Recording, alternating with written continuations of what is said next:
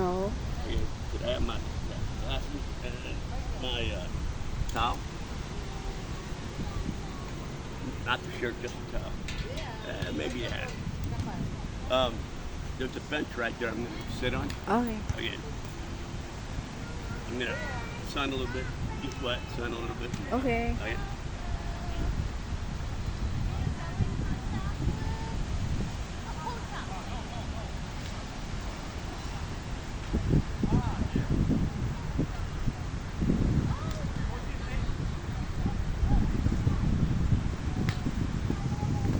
Danang sa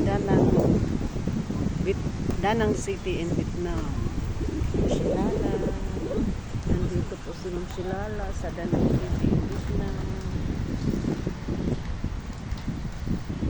Hindi ako naligo kasi sa Laguna pa lang sa Pilipinas ako init na mukha. Kapal na po. Sunog na sunog. Kaya yung muna yung apam natin ang pinagbigyan.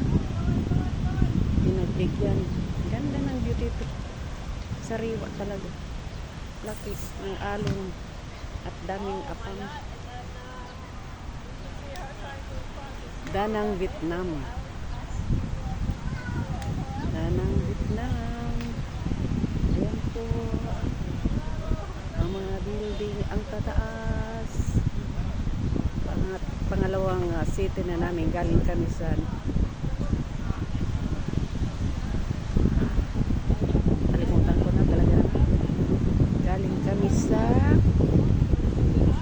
Hanoi City, Vietnam. Sa una at huli itong aming pupuntahan ngayon. Bukas magtuturo naman kami papunta sa iba't ibang tourist spot dito. Hirap kayang buhay maging turista, ha. Wag na lang kayong humanap ng apap. Hirap sa araw-araw may mga activities. Ma'am Shilala. Hindi ako naka-upload ngayon sa TikTok kasi alams na para sa ekonomiya. One more ka Ma'am Shilala. Pula ang mukha na luto. Sa Laguna pa lang kasi sa Maynila. Natat na sa mga hot spring. Kaya na hot spring talagang mukha natin ngayon. Pinagbigyan na lang natin yung apam. Hindi na lang tayo maligo. Baka maging lechon na tayo nito. Hindi nyo na ako makilala. Pag ako'y nag-live, wala na.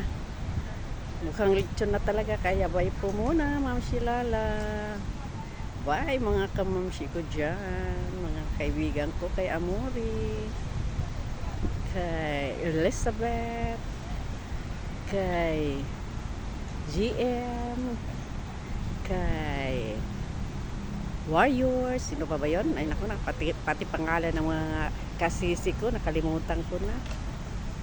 Ay nako, kay Mami Pidlin, sino-sino pa ba?